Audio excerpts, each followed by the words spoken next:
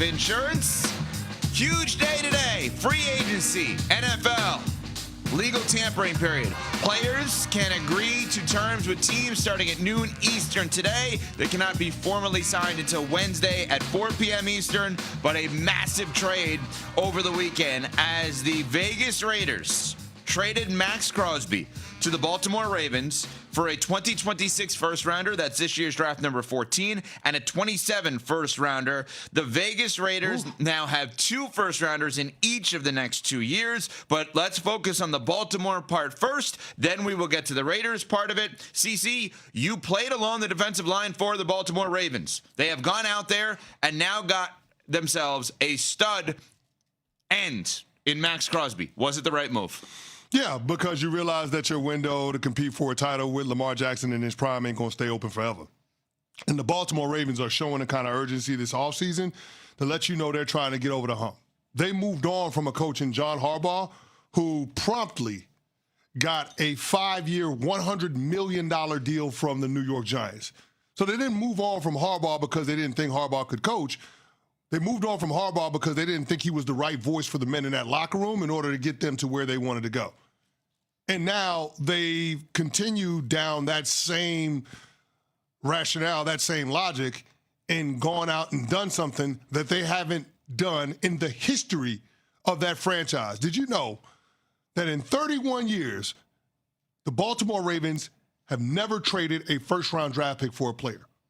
Never done it until this weekend when they went out and they got Maxx Crosby.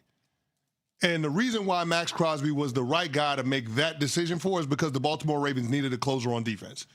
They got guys on the back 7 that can be impact players, but they didn't have anybody that they could rely on to put their hand in the dirt and go hunt the opposing quarterback when they have these large leads. How many times over the last several years have we talked about John Harbaugh's Ravens blowing double-digit lead after double-digit lead after double-digit lead? Hell, they started the season in Buffalo doing that same thing, blowing a double-digit lead in embarrassing fashion. Maxx Crosby helps you fix that. That's what pass rushers are in the NFL. They're like closers in baseball.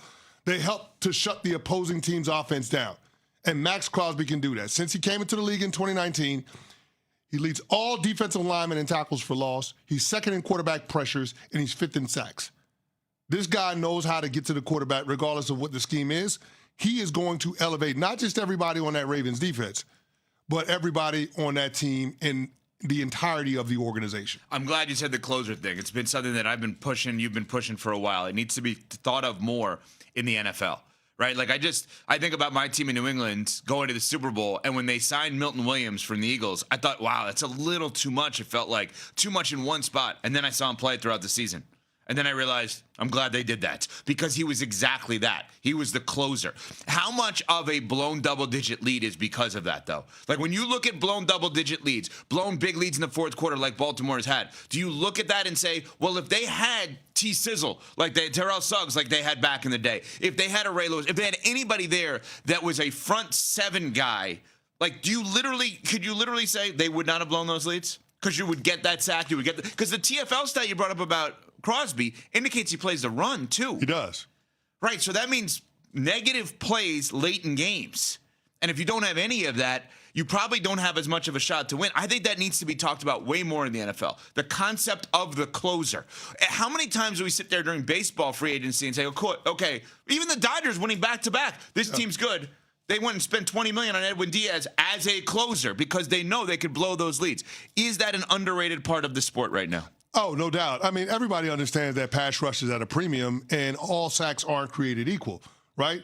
Getting a sack in the first quarter on first or second down is not the same as getting a sack in the 2-minute drill. It's not the same as getting a sack on third down. You know what I mean? And Maxx Crosby is a guy that has shown that when the pressure is at its greatest, when your defense has got to get a stop, when you got to get the quarterback down to get off the field, he can do that. Even when he's being, double teamed, sometimes triple teamed, he can find a way to affect the opposing quarterback. And I'm just thinking about how much better all of the other guys on the defensive side are going to be as a result of that. How good is Nnamdi Madubuike going to be on that defensive front? How good is Roquan Smith going to be? How good is Kyle Hamilton going to be? So he can change their defense to that extent. Well, you've invested in all of those players, and now Maxx Crosby helps you get a greater return on that investment. He is the definition of a force multiplier. So are they Super Bowl contenders right now? They got to fix their offensive line. They took steps, don't get me wrong, but they have to fix their offensive line. They can't be a Super Bowl contending team with a shaky offensive line. They're probably going to lose Tyler Lindenbaum, their former first-round draft pick in free agency. Word on the street is that he's probably going to sign a massive deal with the Washington Commanders in the Beltway. They've got to find a way to fix the interior of their offensive line. Until they do so, I can't go to the place of them being a Super Bowl contending team. But what we've seen them do so far this offseason has given us every indication that the Baltimore Ravens are going to be aggressive about trying to fortify their deficiencies in order to get them over the hump. So giving up. This is the over the hump year for the elite quarterbacks in the NFL. The Buffalo Bills fired Sean McDermott because they want to get over the hump.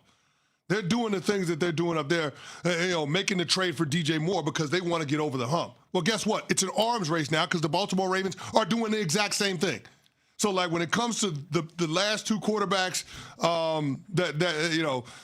aside from Matt Stafford, when it comes to two of the last three MVPs, those teams are recognizing that we've got to do everything that we can to take advantage of this player, this quarterback, while he's at the height of his powers. And that's what's going to make for a fascinating free agency and offseason. So this tells you what about Lamar and his contract then? Because he has, what, a $75 million cap hit right now? Listen, he was tweeting like crazy. He knew it was coming, obviously, because some of the tweets he put out there would indicate he was excited about what was happening next with the Ravens. Well, we just talked about the Ravens needing to address their offensive line. They need to find a way to get more cap relief. They've got some cap room, but they need more. The best way to do that is extend Lamar. Now, they can unilaterally restructure Lamar Jackson's deal to lower his cap hit, adding to the void years, pushing some money around. But there's only one real year left on that deal, and they got to find a way to be able to add more years to that deal so they can give themselves more cap relief to go shopping and get the things that they need. Because guess what? You've given up your first-round draft pick in each of the next two drafts, including number 14 overall this year.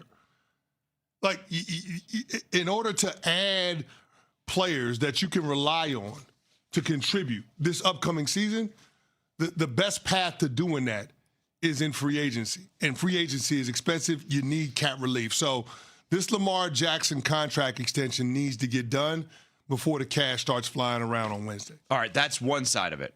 The other side is juicy as well. The team that just gave up their star player for 2 first-rounders, what are they going to do with all of this draft capital? We will get to that after I tell you about the fact that I have finally seen my grass in my lawn. The snow is finally melted, which means we're inches away